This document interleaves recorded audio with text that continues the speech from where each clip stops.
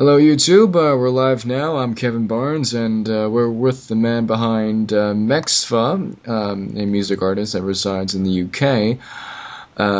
So, Bradley, could you just tell us a bit about yourself and let our viewers know, or obviously your fans, have more depth of who you are and whatnot? So basically I'm Bradley Fry. I'm currently known as Mexpha, as a lot of you will probably know. Um, I reside in Lincolnshire in the UK. Um, I'm 19 years old, which is like, I guess kind of average for a lot of music producers these days, but yeah. Okay. So tell us, what's the story behind Mexpha? Why that name? Um, well, if I had a story, I would tell you, but honestly, I get asked this question quite a lot. It's pretty much random. I just feel like it went with the vibe of what kind of sound I'm going for with my music, so I just kind of went along with it. Okay, all right, interesting. But I recall before you had a different name that started with a B and had some other numbers. Like, what made you go from that name to Mexva? It was just um, I don't know. I kind of came up with that name when I first started producing, which was quite a long time ago now. I started when I was like 12 or 13, so I think half of my problem with that name was just, as you said, it was all like leet speak and all that kind of stuff, and it just it didn't have a very professional kind of ring to it. So yeah, I just decided it was time for a change before I really went out of my way to get things out there. Yeah, I understand. And so it'll be easier for people to find you with as Mm, Mexva than having this B whatever late language. Yeah. yeah. Yeah. Okay, so I'm just curious now. So what did like going back to you said like about you started like what like you started around 12 or 13 years of age, and so what inspired you to make music? Well, I've always been quite really into my music, like as we'll get to probably later. I've been doing music in general a lot longer than before I started producing, but I think the thing that inspired me to get around to producing it itself is it was just something completely new to me.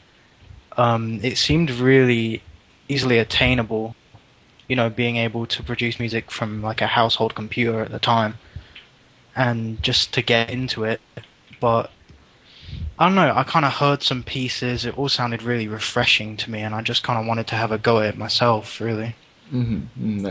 Were there any artists in particular that sparked this inspiration? There's a guy actually, Xenon. It's a Canadian artist himself. I think he recently changed his name to like Pervok or something like that.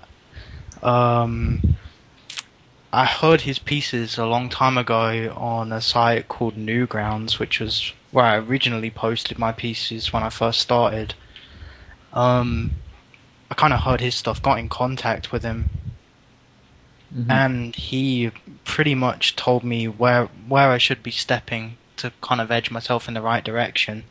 And I've produced a few tracks with him now. Also, it really went way back to there.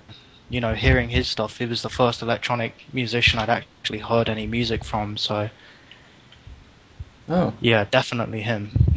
well, that's really interesting, and I hope if this person finds this podcast, he'd be pretty I don't know, pretty good that since he obviously made a grand effect on you Yeah, he as definitely did. yeah. Anyway, so I'm just wondering, like, since you produce music and whatnot, but what kind of music do you listen to?